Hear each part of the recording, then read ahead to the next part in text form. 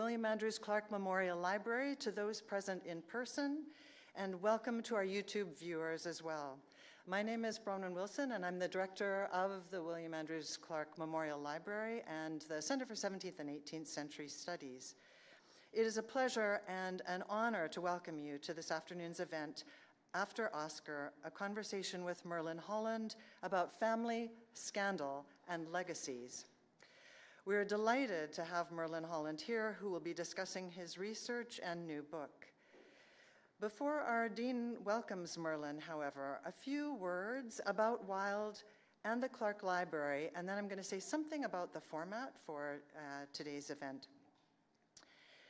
So William Andrews Clark began collecting Oscar Wilde materials before he donated the library and its grounds to UCLA in 1926. Since then, the Wilde collections have continued to grow, becoming a centerpiece of our holdings. The Clark Library is the largest archives of books, manuscripts, photographs, works of art, and Wilde-related materials in the world. Accordingly, the Clark is a focus for researchers, lecturers, conferences, and a wealth of creative and public performances and exhibitions. Wilde's life and the Clark's library collections have been championed by scholars, including Professor Joseph Bristow from UCLA. Joe's numerous publications, his commitment to researchers who visit the collections and to students, and to also teaching here on site at the library have stimulated Wilde studies in profound ways.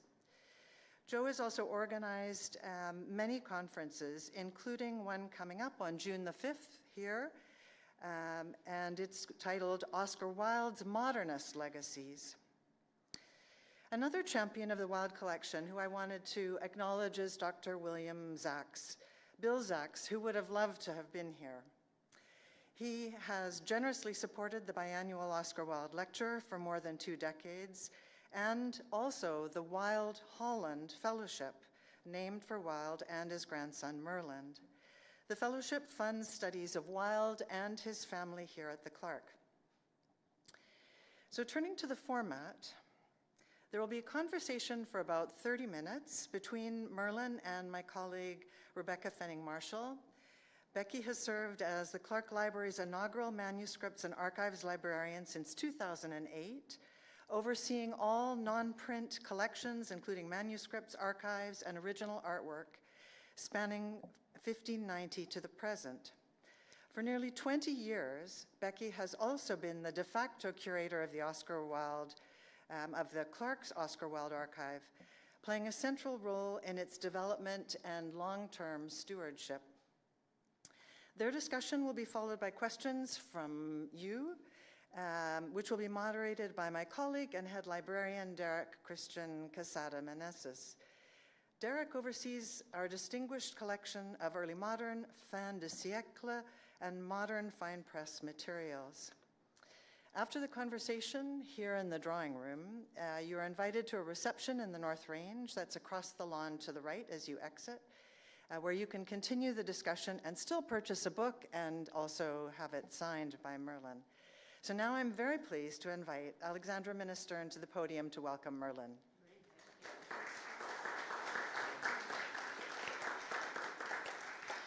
Good afternoon. It's wonderful to see you on this Monday, right? Monday afternoon. Here we are. We're going to be treated to a fantastic and wide-ranging conversation with Merlin Holland. Welcome to the Clark. Welcome to UCLA.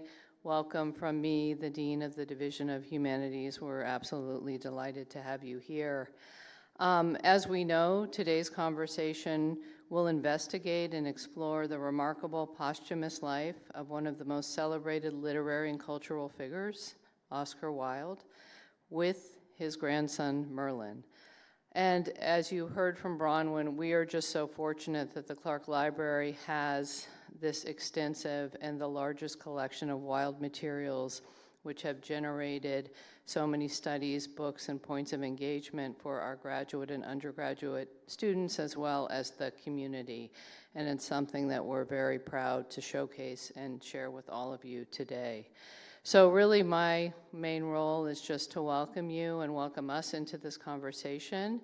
And with that, I will hand the conversation off to Merlin and Becky. I guess we're on definitely a first name basis. Becky Marschall, thank you so much. So please come up and get seated, and thanks.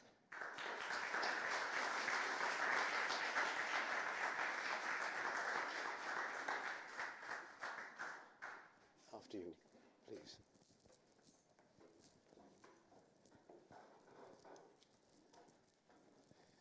I think I better come around the front. I might fall off the edge if I go around the side. So here we are. I'm delighted to be back. I think my first visit here was way back in, must have been 1994, when I was asked by a French publisher to produce some illustrations, and it was my first visit to the Clark. So this is not by any means the only time I've been here. I think I've been here about 4, even 5 times. It's wonderful to be back. And I think I met you soon after I started working here in 2008. You were talking about a lecture that you had given on Oscar Wilde and music. So it's been a very long time.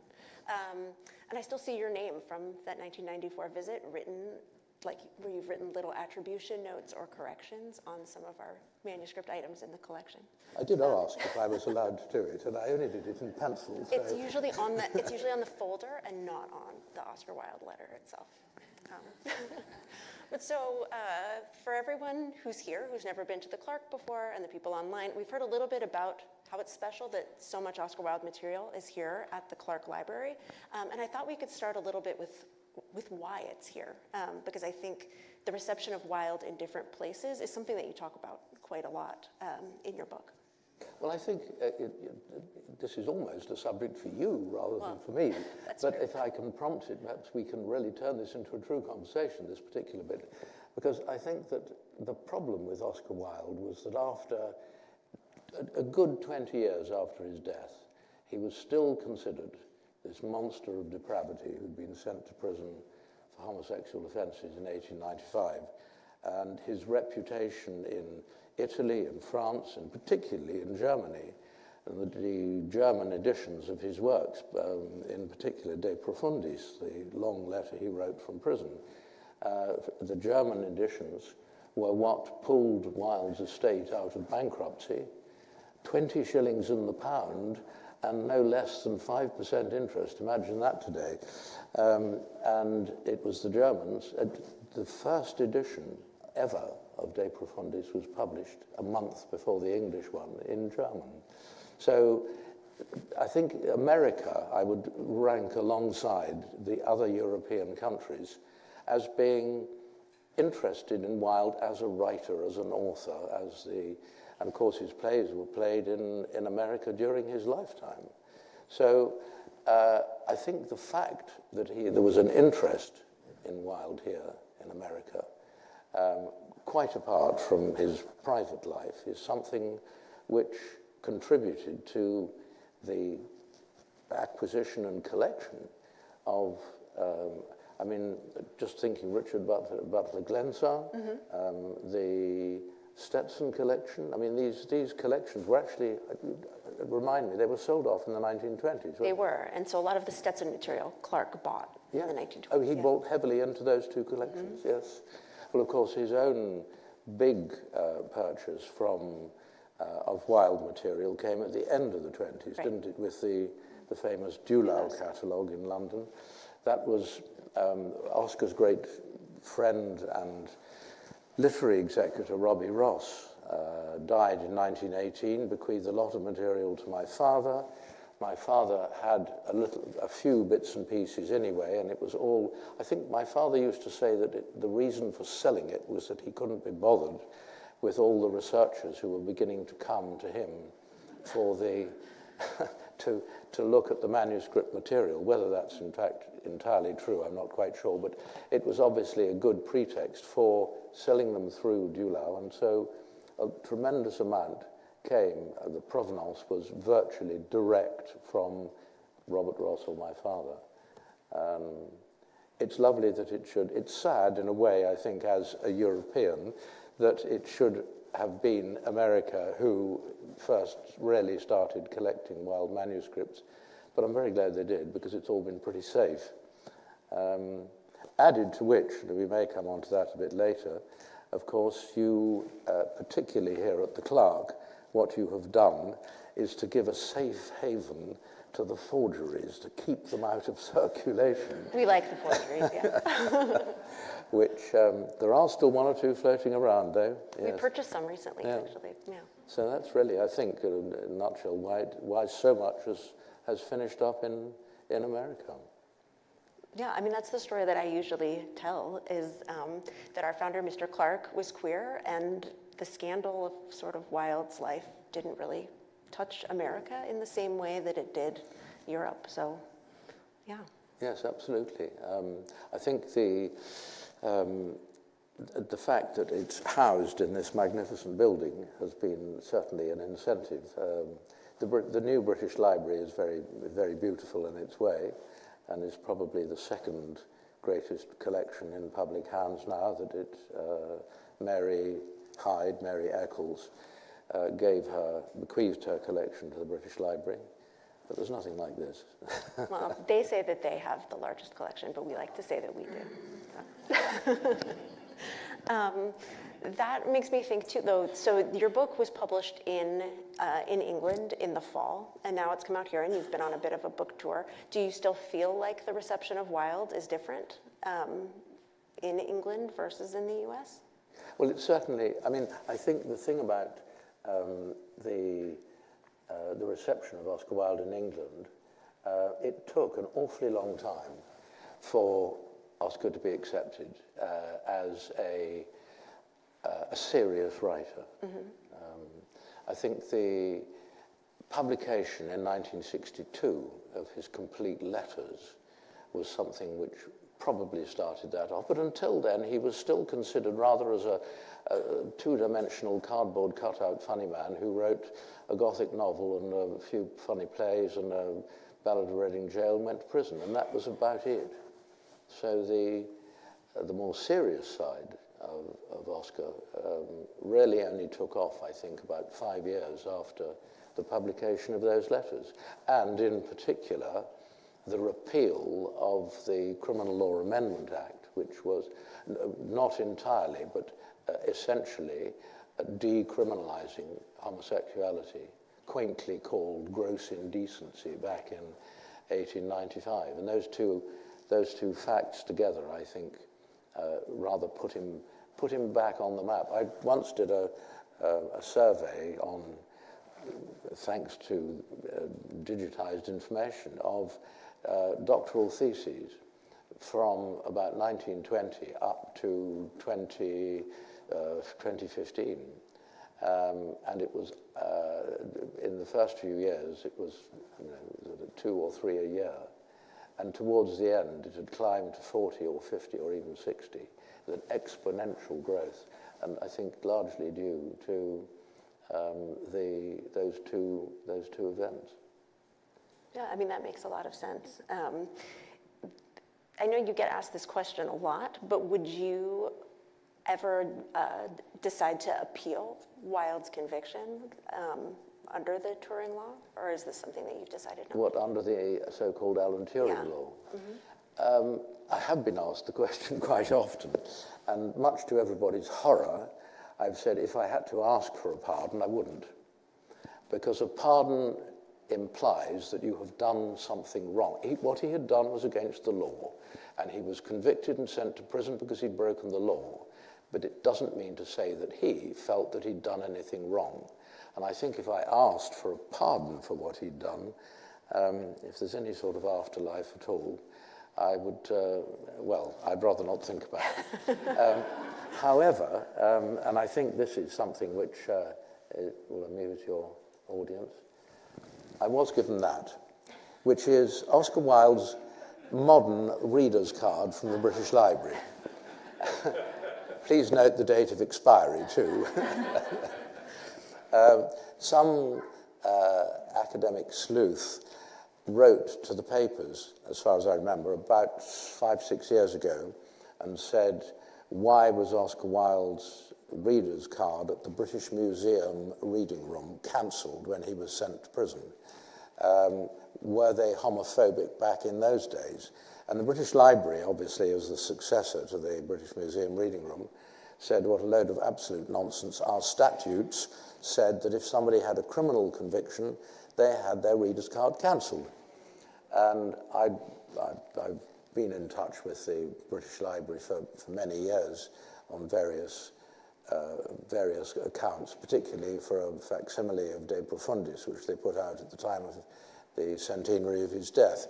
And they said to me, wouldn't it be a nice idea if we gave you his reader's card back?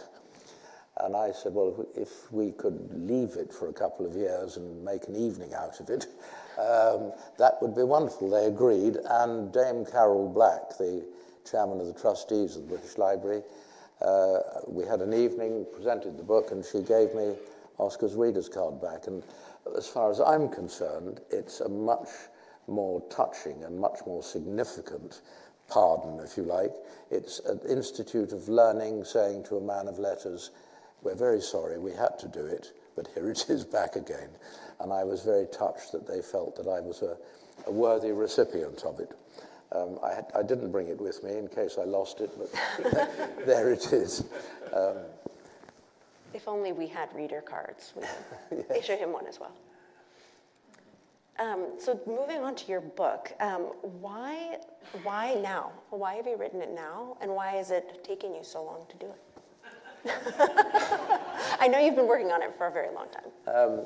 Well, I think the answer is that if I can take it back a stage further, when Richard Ellman's book came out on Oscar Wilde, his biography, I had enormous admiration for Dick Ellman. He was a great scholar. His biography of Joyce is extraordinary.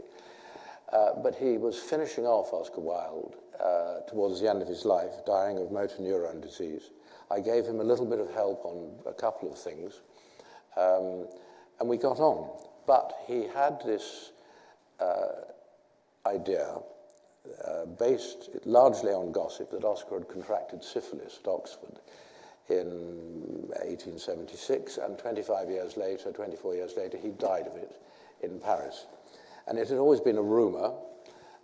It was one of the occasions when my dear mother, who used to whitewash anything which she felt didn't quite fit into the clean-up of the Holland and Wilde families, it was one occasion when I rather took her side, and I had to do a lot of research, much of which, indeed, was based on work that I'd done here before. And doing that research meant that I uncovered an enormous amount more of what I regarded as myths and exaggerations and even outright lies, and some of the terrible hypocrisy, people who couldn't run fast enough from him in 1895 and who prided themselves on having given him support when they were writing about it in the 1920s. And in doing all that research, I felt that it was something which needed to be published. This is the sort of thing which, at the time,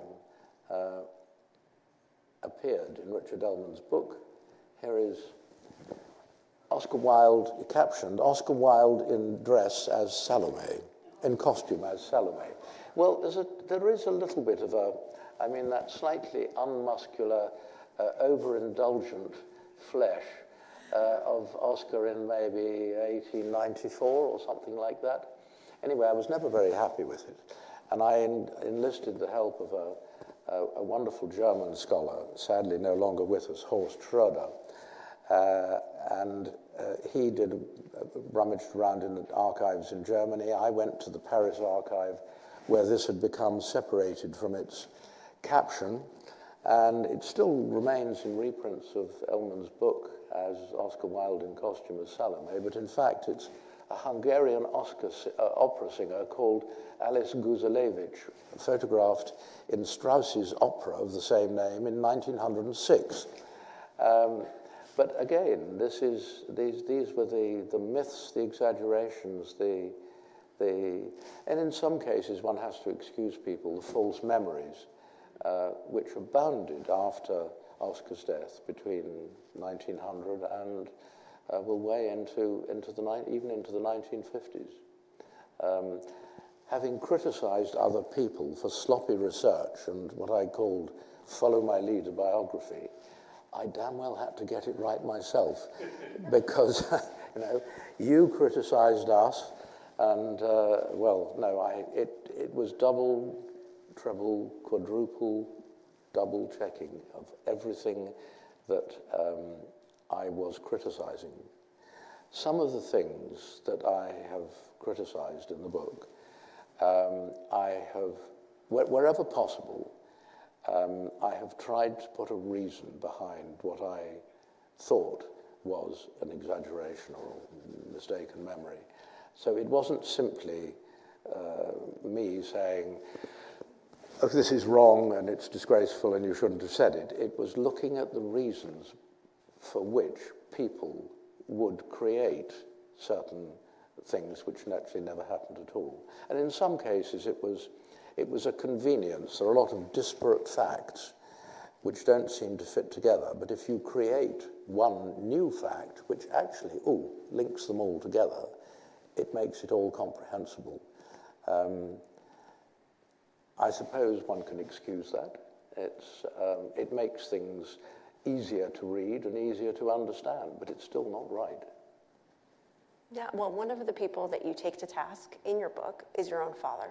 And I don't want to say falsehoods, but the embroidered stories or, the outright sort of falsehoods that he told. And I mean, I have to imagine that was a really difficult feeling to be, uncovering the secrets that he was hiding himself. Or maybe not even consciously hiding. Yes. I think that all really started in just after Ellman's book had come out. The Oxford University Press wanted to reprint Vivian's autobiography from 1954. And I knew that my mother had had an input into it.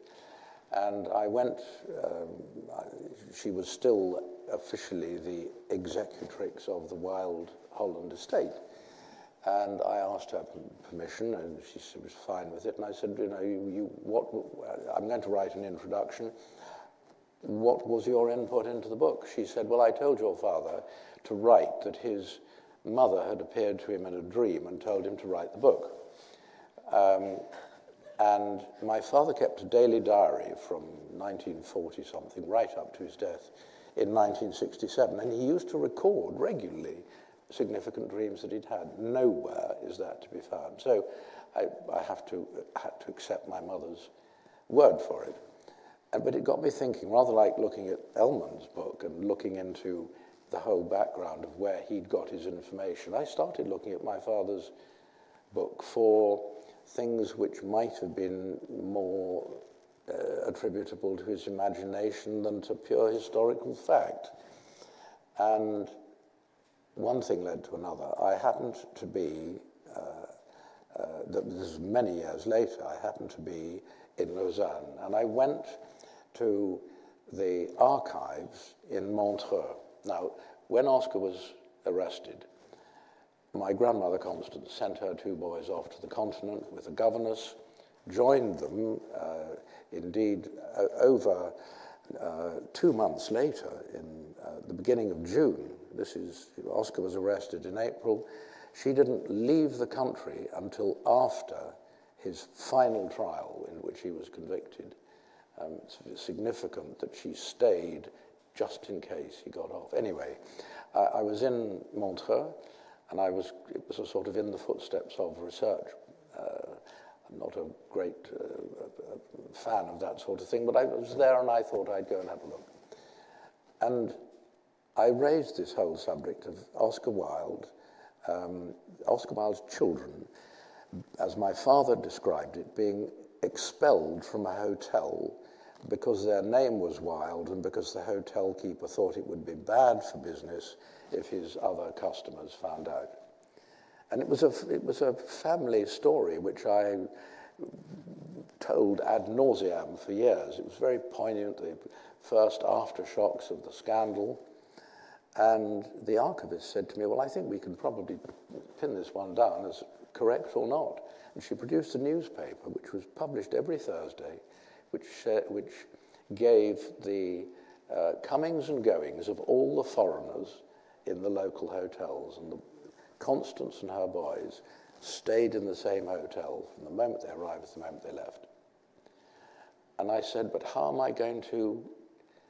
can I understand this? Is my father, he's said that he and his mother and his brother were thrown out of a hotel. She said, I'll tell you why. The hotel had just bought Henri Nestlé, the confectionery manufacturers, they just bought his summer residence up in the mountains and turned it into their annex.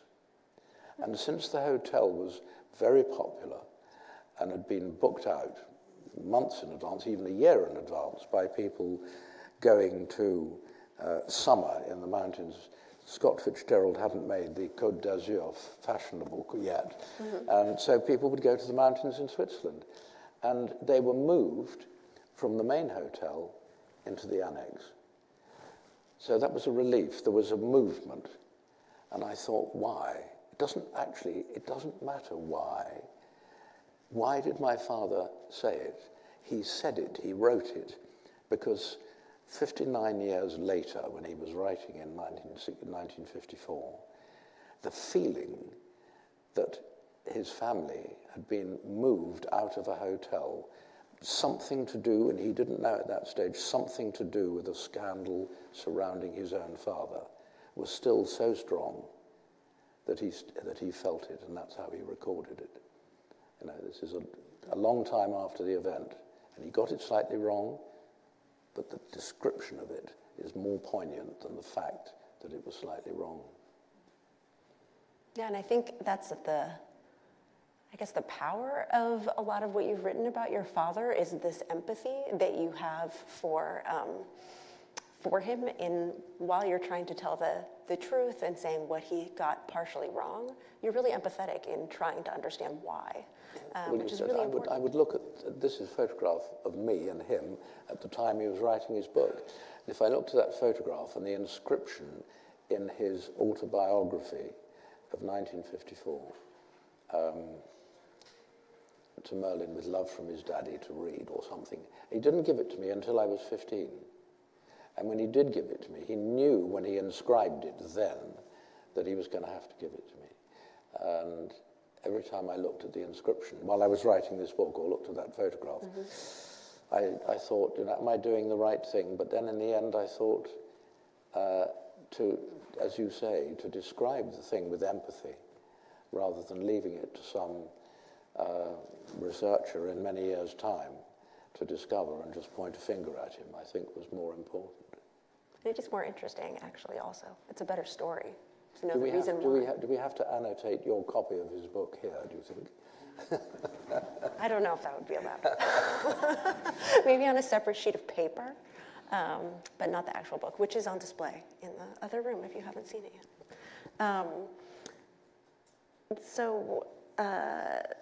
That makes me think of something else that we were talking about with regards to your father. We were talking about how his experience, I guess, and his reaction to his father and the scandal related to his family was so different from that of his older brother.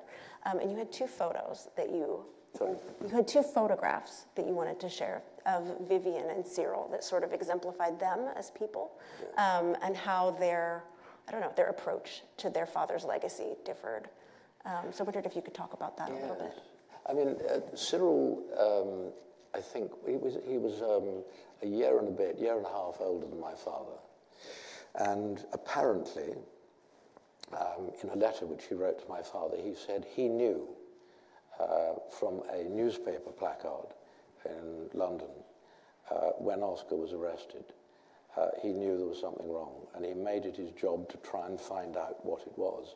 Of course, family were reluctant to tell him, but he managed to find out more or less what it was. There was a terrible scandal surrounding his father. His father had gone to prison, and Cyril, in this letter to my father, written incidentally many years later and reproduced in the book, the exchange of letters between the two brothers, said that I could quote loosely from memory, I made it my business I should be a man There should be no talk of weak-kneed degenerate or sort of limp-wristed aesthete or whatever, however he expressed it. And Cyril decided that the way he was going to clean up the family, he became a soldier. There's a, only once I got the photographs into the book did I realize that the two photographs I made of my father, this is Cyril in his army uniform, ramrod straight, his sword clasped in one hand, looking all the world like a very professional soldier. This is Cyril cleaning up the family scandal. This is my father, photographed about the same stage. My father, he was staying down in Devon at the house of some friends of his parents. Instead of the sword, there is a golf club. He's in his, what I think used to be called rather quaintly, ratting clothes. That is pictorially the difference between the two brothers. And my father tried at one stage to write creatively, and it wasn't a success, but he finished up by being an extraordinary translator. He was well known as a translator, had a great friend who was also a translator, Charles Scott Moncrief, who was the translator of Proust. They had a long, long correspondence together. But my father did inherit something of the literary genes, and he turned that into a profession as a translator. But the difference between the two boys was very remarkable. And Cyril went off to, I think I should show you this too. This is very apposite in the sense that the concealment of things at that stage was, this is Cyril's application to join the army. Now, up there, oh, have I got the, wait a minute. Is it working? No? Well, you can see in the middle there is a black splodge, and it's against the question of who your father was. And Cyril filled it in, Oscar Wilde, and the authorities scratched it out and simply substituted boldly, father dead. And that's in the National Archives. I discovered it about 10 years ago.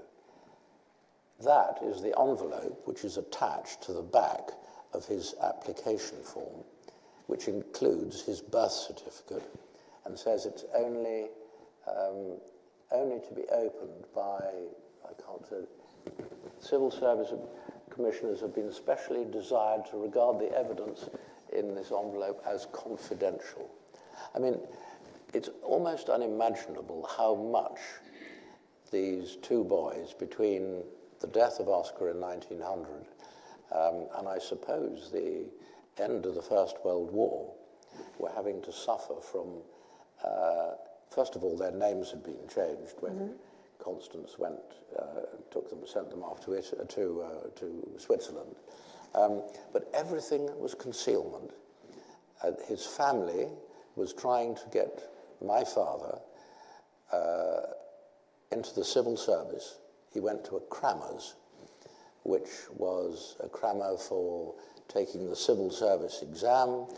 He was going to be sent off to the Far East, the Far Eastern Consular Service. Cyril in the army would probably be posted to India, and England would be totally rid of any sign of Oscar Wilde. It didn't quite work out like that. You'll have to read about it in the book. But it was a chance meeting that brought my father together with Robert Ross and saved him from having to be sent off to the outposts of empire. But quite extraordinary. There's another thing which is probably worth showing you here. This lady, most of Cyril's correspondence is, it's fairly unemotional, particularly even to my father. But this woman was a correspondent with Cyril, Margaret. She's very beautiful.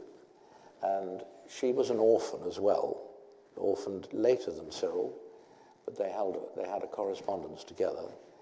And at one stage, Margaret was obviously going to go and marry into money for safety.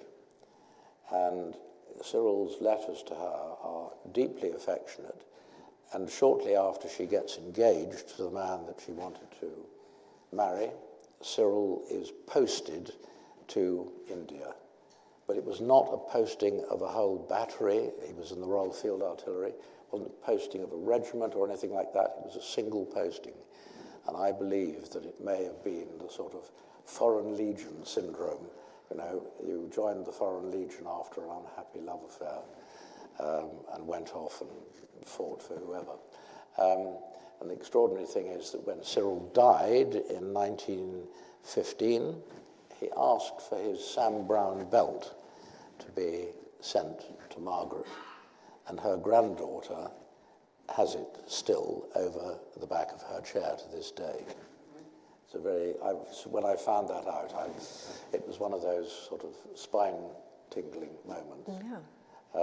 But again, I think that probably Cyril realized that with his background, even though he didn't have, I think, the money that Margaret was looking for, probably with his background, it wasn't going to be a good match. Well, the redacted form made me think of the other redactions that you talk about in your book that your mother made to your father's diaries. And I wanted to talk a little bit about that because you are somewhat hard on her, as I think you have to be for concealing these truths. But could you talk a little bit about her sort of cleanup campaign of the Wilde and Holland name? My mother's cleanup? Your mother's cleanup, mm-hmm. And how it felt to have to do that publicly. I've always felt very diffident about having to do it. But my mother was Australian. She was brought up as a Methodist, and I'm sure that the Methodists regarded same-sex activities as deeply sinful. That said, she shared a life with my father for 25 years. And amongst their acquaintances, if not friends, were people like Noel Coward, Cecil Beaton, Nancy Spain. I mean, there was a whole raft of gay acquaintances in the arts who they knew. So after my father's death, this clean-up campaign, as I've called it, was something which I found both disturbing and slightly unnecessary. She actually admitted, and it's in Barry Humphreys's, one of Barry Humphreys's autobiographical volumes, she actually tried to persuade Barry Humphreys that the whole Wilde trial was all trumped up and the witnesses were paid to put Oscar Wilde in prison.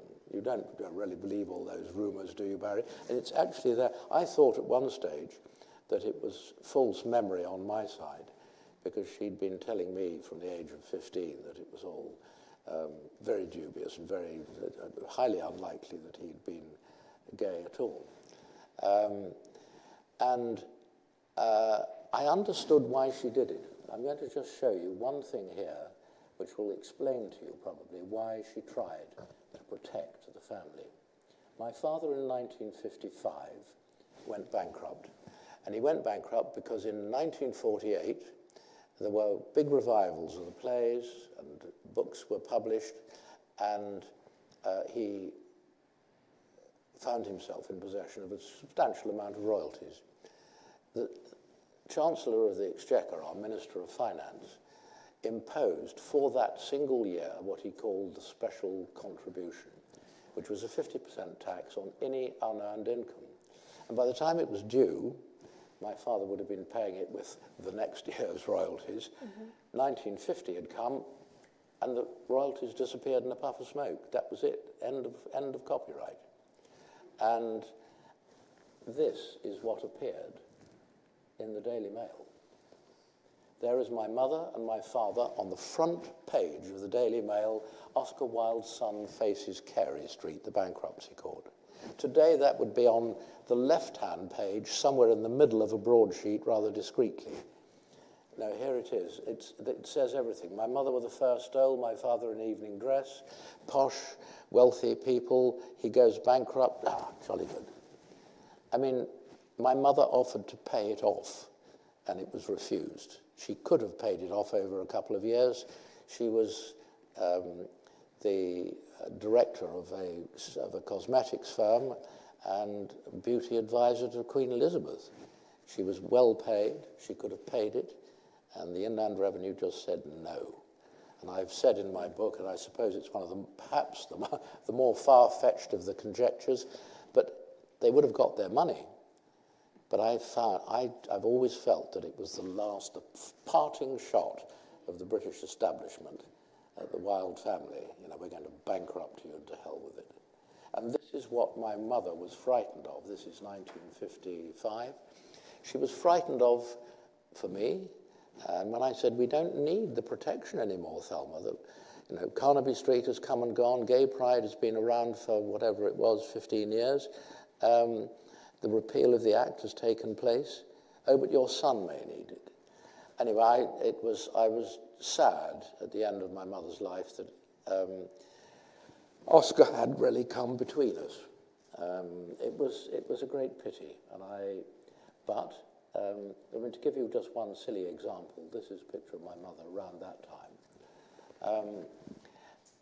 And when I look at that and I see exactly the same way that I look at myself and my father, should I be saying these things? But on the other hand, for Thelma to have conducted this clean-up campaign, when I showed you that thing in the Daily Mail, it was the prurient English press who were trying, anything to do with Oscar Wilde that they could turn into a scandal, they would do so. Just one quick, totally absurd example. My father, after he went bankrupt, he was a collector. Once you're a collector, you're always a collector. Doesn't matter what you collect. It's a passion. And even if you can't collect the greatest things, even if you can't collect the greatest things, you still go on collecting. And he collected saucy seaside postcards. There was a company which produced them called Bamforths, and they were small men and fat ladies in swimsuits at the seaside, and there was a caption underneath which was always slightly double entendre. And my father had a whole collection of these, and some of them were sent to him by friends. Have you got this one? Or something equally saucy in the way of a message. And he carried around in his wallet, they were all numbered, and he carried around the numbers of the ones he hadn't got, just in case he came across more. I sent him a few. Anyway, I asked my mother after his death where they'd gone.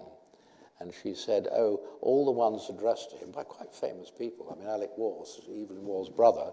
She said, I burnt those ones and sold the others off the Charing Cross Road. She went there, apparently, she said, I went in dark glasses and a scarf so nobody would recognize me. I'll give you an example of one of them. There's a broken down bus, and the bus driver is looking into the engine, and behind him is a voluptuous bus conductress, and she says to him, would you like a screwdriver? To which he says, not now, love, we're 10 minutes late already. Harmless, but no, nobody should ever know that the son of Oscar Wilde collected saucy seaside postcards. But that was Thelma, and she couldn't let it go. She actually went up to Oxford without telling me, and I still have her letter to me afterwards. She went up to Oxford to see Richard Ellman and to say to him, I think this whole question of syphilis, maybe that wasn't what she went up there to do, but she went up to Oxford and she wrote to me afterwards and she said, I told them that's him and his wife, I told them that Oscar Wilde was basically heterosexual. That shook them. And I talked to Dick Ellman after that, and I said, we've got to be very careful about how we negotiate this thing. But my God, I thought here, the literary executrix, the terrifying literary executrix is stirring. And that, for any biographer, I think, is the last thing they want to hear. There's one thing I would like to say, and that is that the Clark, even in later years, has been the most wonderful fund of secondary material for my book.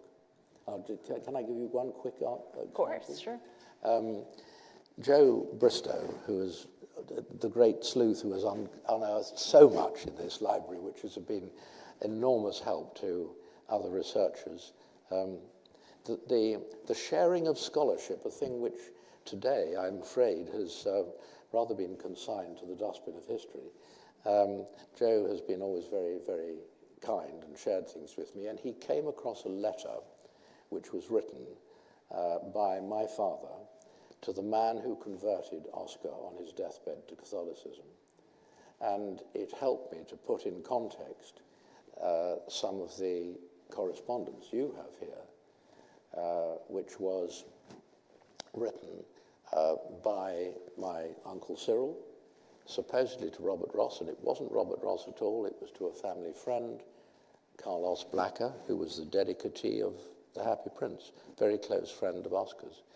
And it rounded out the last years of Oscar's life. That's to say, well, let me put it this way. The boys, when they finally went back to England, having left to go to the continent and spent 2 or 3 years there, they were finally sent back to England and given, as my father said, to understand that their father was dead. And then 2 years later, they're told officially, your father has just died. And the idea of having to mourn your father, the process of grieving, twice over, it's bad enough once, but twice over at that age must have been terrible. But this letter put in context my father's feelings about what Father Cuthbert Dunn, the priest who'd converted him, had done. And it's been little things like that which have been discovered here, either by me or by others, and generously shared, which your secondary material, you've got some great stuff, you've got some wonderful Alpha Plus manuscripts here, and dedicated books, inscribed books, but it's the secondary material which is now, I think, coming into its own, and which will be evaluated, and I'm deeply grateful for it. Well, thank you. We're grateful to have you here doing such good work with our material, too. And have we run out of time, do you think? I think that Derek is here to tell us that we're out of time.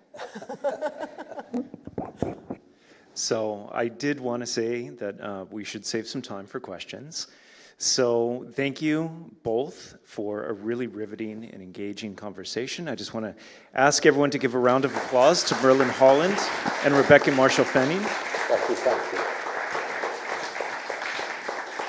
Very moving conversation. So right now I just want to open it up to conversation, to questions. Did anyone have anything that they'd like to ask? And I'll come to you with the microphone. Yes, right over here. Do they still produce those postcards? I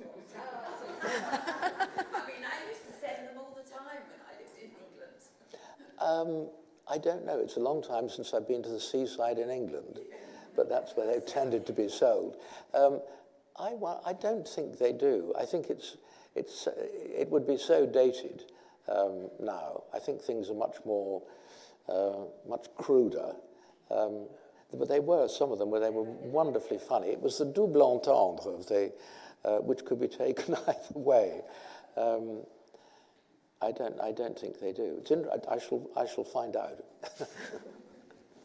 All right, and just over here, and I ask you if you could use the microphone so that people in the audience at home can hear. Of course. Thank you for your remarks. I just wonder if you could just say a little bit about this balance between intergenerational trauma and setting the record straight, and which seem to be two themes in your remarks, and on your reflections upon that? What I felt about it? Well, as I've said, I thought it was absolutely necessary. The trauma, I've described it elsewhere as previous generations having drunk all the wine, and I've got left with a hangover. And I think there was an element of that. It's not a book that I intended to write, and the trauma, I think really, there's been no trauma in a sense in my life.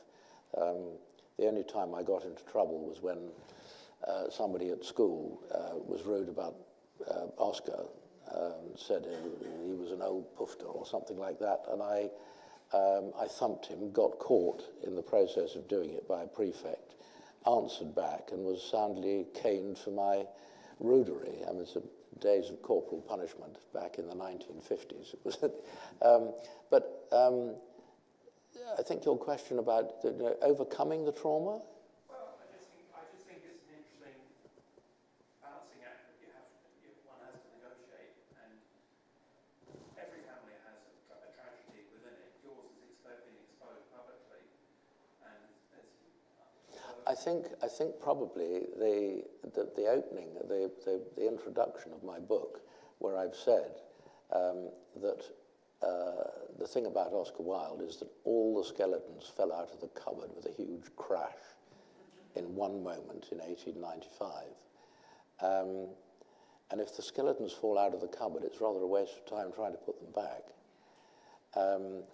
So you just have to, I think it's a little bit like criticizing my father's mistaken memories or tying up loose ends or whatever he did, and there are a couple more examples in the book. It's there, it's a fact. You can either ignore it. I suppose I was lucky that my mother didn't behave like Isabella Burton and destroy all her husband's papers. I think if you have these secrets in families, and the secrets are in some form, not just oral tradition, but they're in some manuscript form. You have a choice. You can either confront them, you can explain them, or you can burn the papers and destroy history. And I think at one stage I worked for an academic publisher who they had great dealings with the English Public Record Office, as it was then called, the National Archives. And I had a lot to deal with the record officers who were preserving records for posterity. And I think, I've never thought about it before, but I think that in part affected the way I thought of, however small, I mean, our family letters and papers they're not great historical records.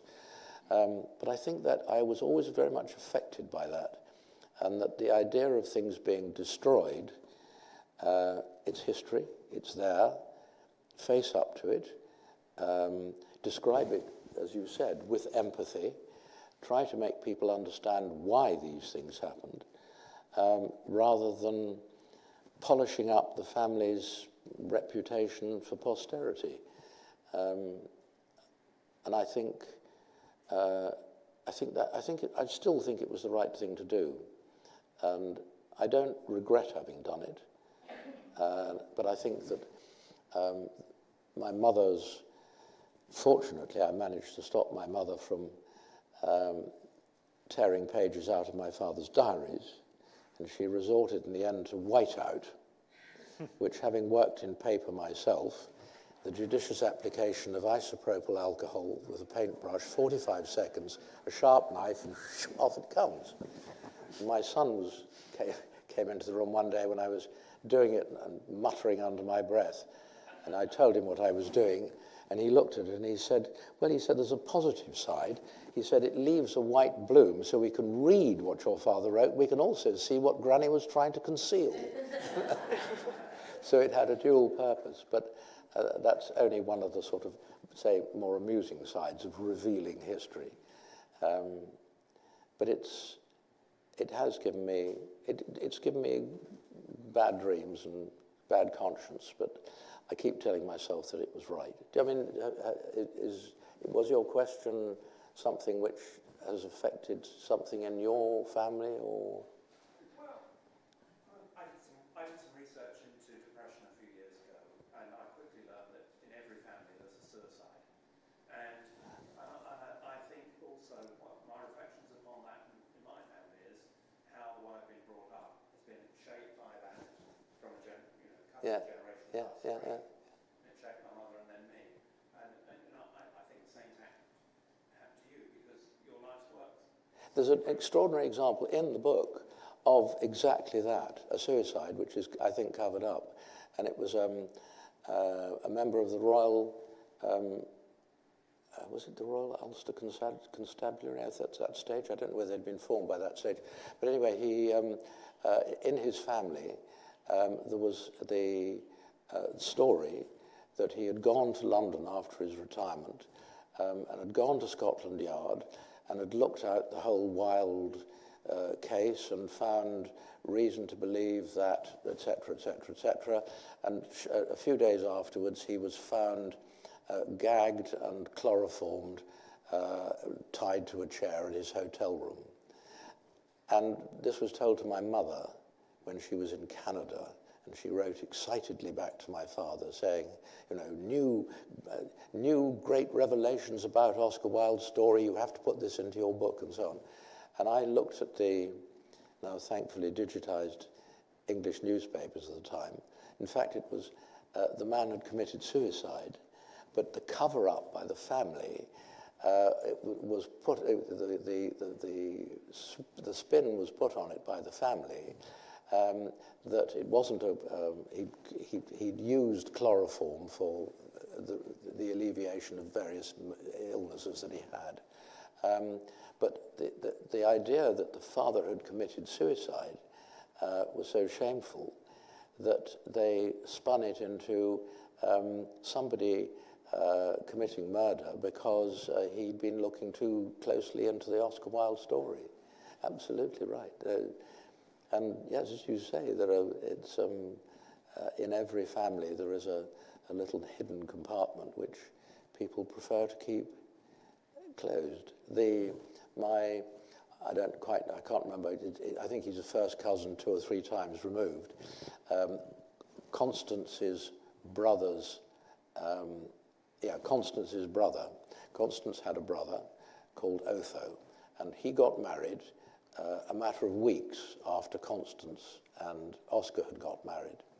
And in their family, he was known to have got married to a girl whose origins were somewhat obscure, but she was said to have been the illegitimate daughter of some French nobleman who'd come to England and got a girl pregnant, and she was the offspring of that union. I looked up a combination of things. I looked up the census records for 1881, and it turns out that she was actually Constance and Otho's aunt's housemaid. But that was kept very quiet in the family, and I'm afraid I had little compunction about revealing the fact, because Constance's family were so, in a sense, hypocritical about keeping the Oscar Wilde story under wraps for many years after Constance's and Oscar's death. It's a fact, it's there. Somebody's going to discover it one day. Better that I should do it as a member of the family, I think. Were there any other questions? Go to the back and we'll come right back up.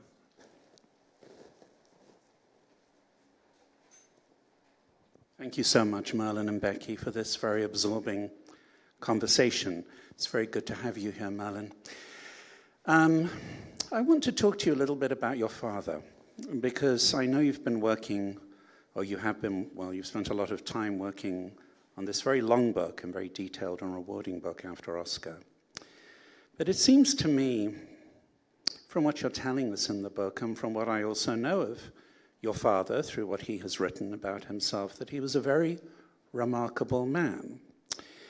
And just to think about the kinds of connections he had, he was at college with Ronald Furbank, a very, very important connection. He was a great translator. He was a gourmand and an expert on wine. He also, and you need to correct me if I'm wrong here, had one of the finest collections of paperweights in England, I believe. I don't know what's happened to that collection. And of course, then there's the very important, and do we know enough about it, relationship with Rebecca West. And as you mentioned, and after Oscar, she funded your education. So I think it would be wonderful if you had time at this stage to write a biography of your father. Are you interested in doing that?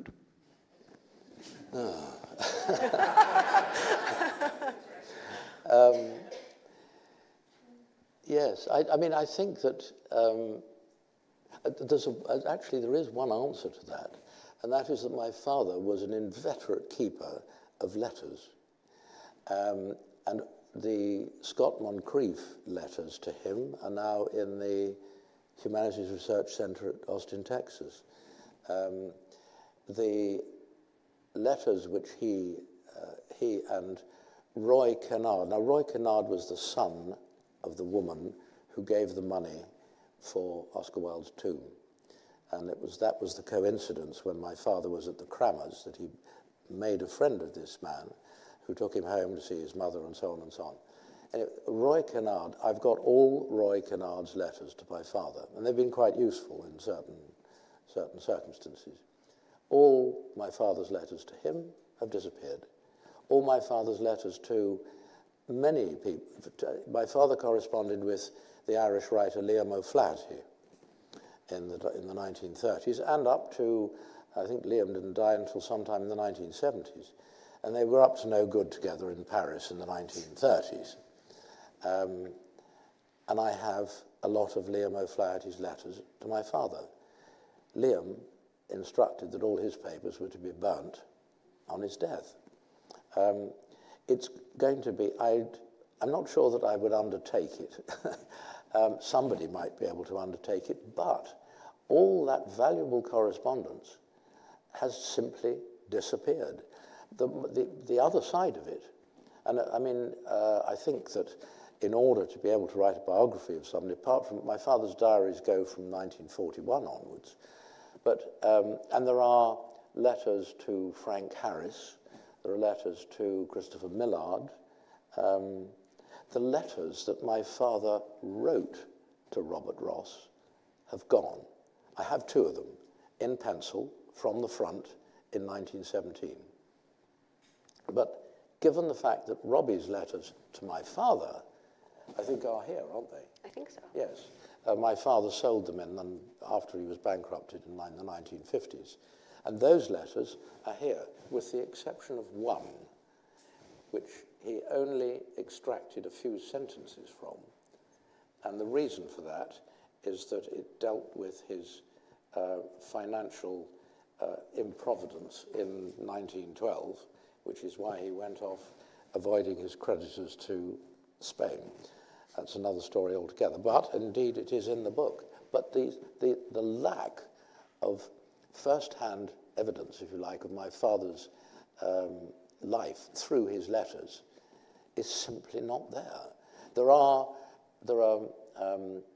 his letters from to James Laver, who was the keeper of prints and drawings, very close friend, keeper of prints and drawings and specialist in the history of costume at the Victoria and Albert Museum, were put up for auction by James Laver's son sometime back in the 1980s.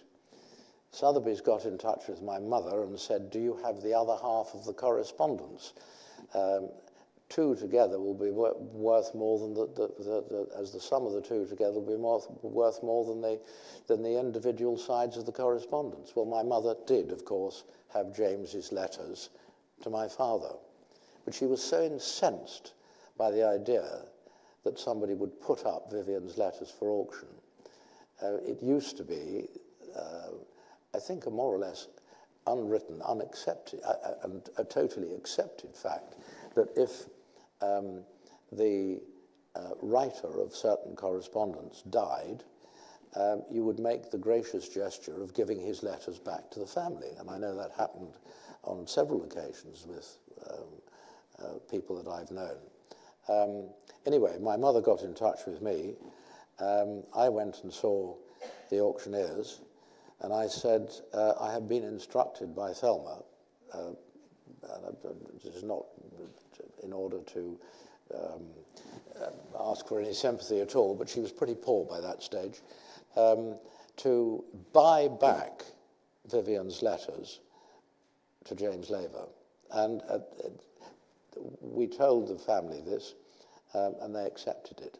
I mean, at that point, had it been me, I would have said, I'm terribly sorry, I didn't realize you felt so seriously about it, and simply given them back. But Thelma had to buy her husband's letters back. So I've got those, but they were rather frivolous, they don't tell you a lot.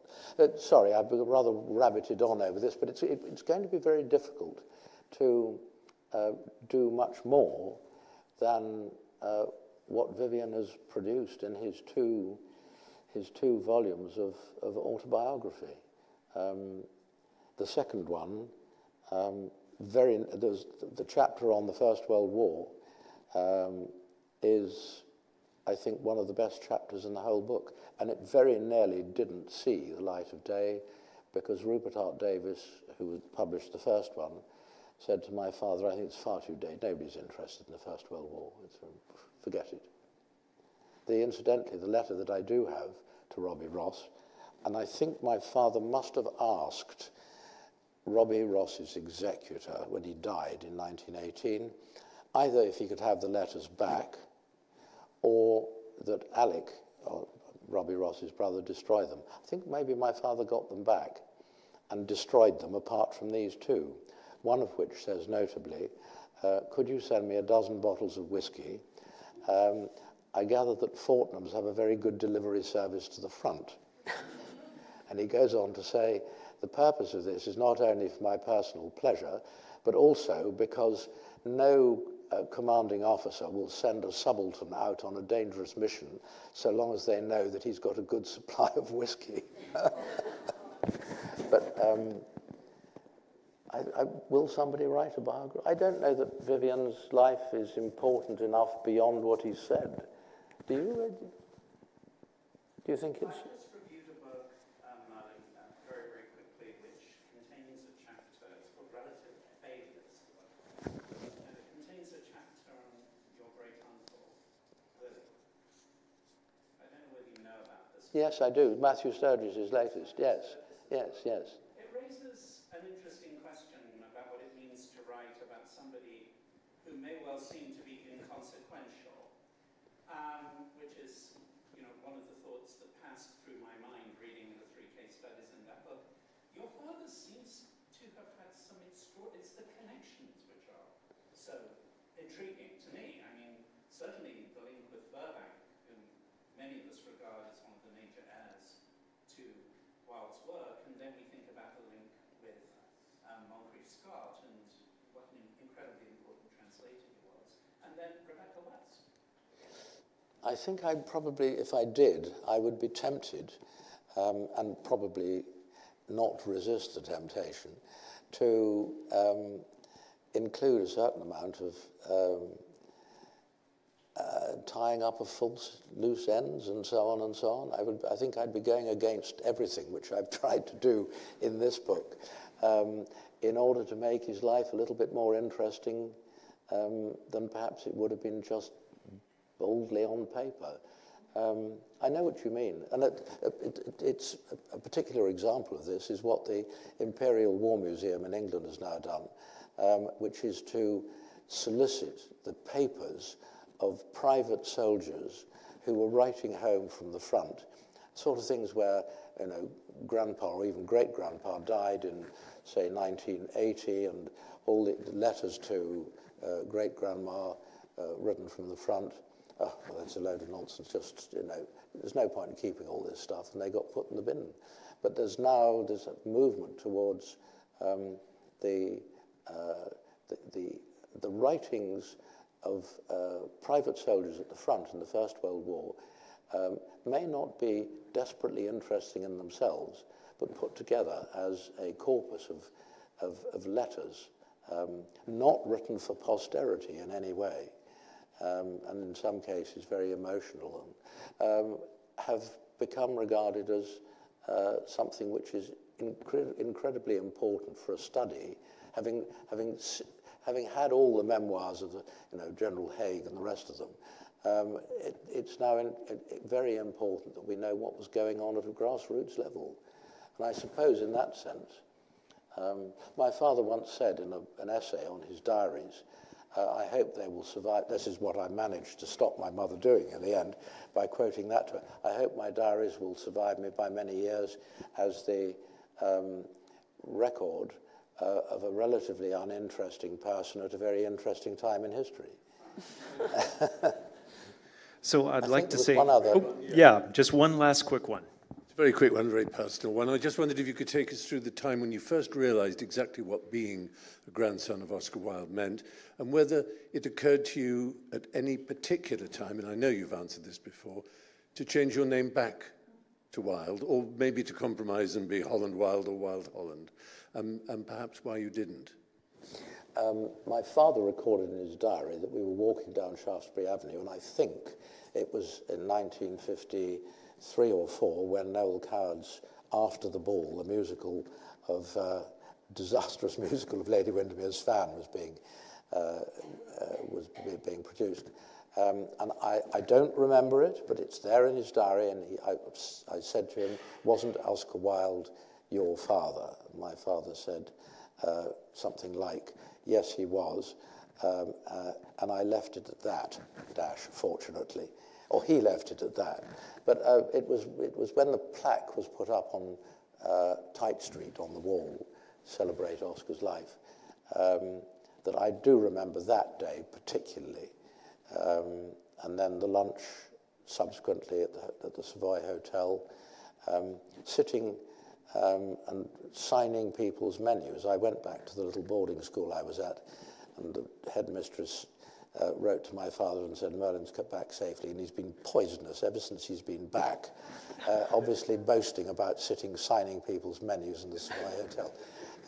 But after that, it was just, is Oscar Wilde your grandfather? Yes, he is. How exciting, how interesting. Yes, but he died a long time ago. I never knew him. Now let's move on. My father, again, I thought it was false memory, apparently, but I do remember. I remember the time, and I remember where. I don't remember his exact words. He suggested when I was 21 that I might like to resume the name.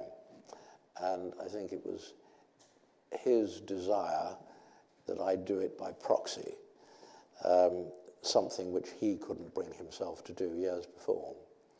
And I said, no, you're my father. I'm your son much more than I'm my grandfather's grandson. And another occasion when it might have been done was when my son turned 21, and it was just before the centenary of Oscar's death in 2000.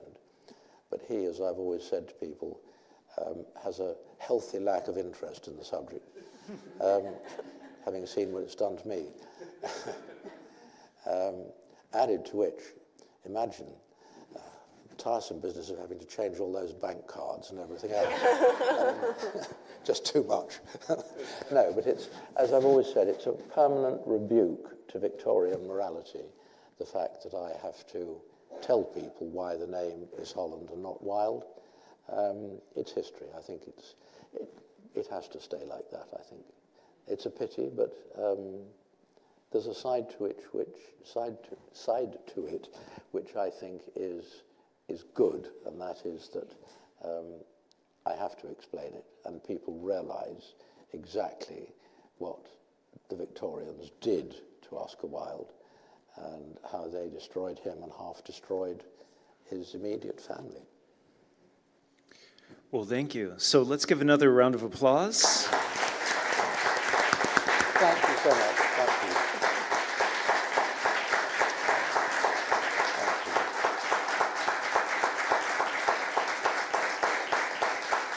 And I sincerely apologize for not being able to get to everyone with the questions, but we had some wonderful responses, lengthy, and we went wonderfully overdue slightly. So we can continue the conversation, however, if we invite everyone over across the way to the conference room, where hopefully Merlin will continue to sign some of his books and then answer any additional questions. So if you don't mind joining me across the way, and we'll see you over there.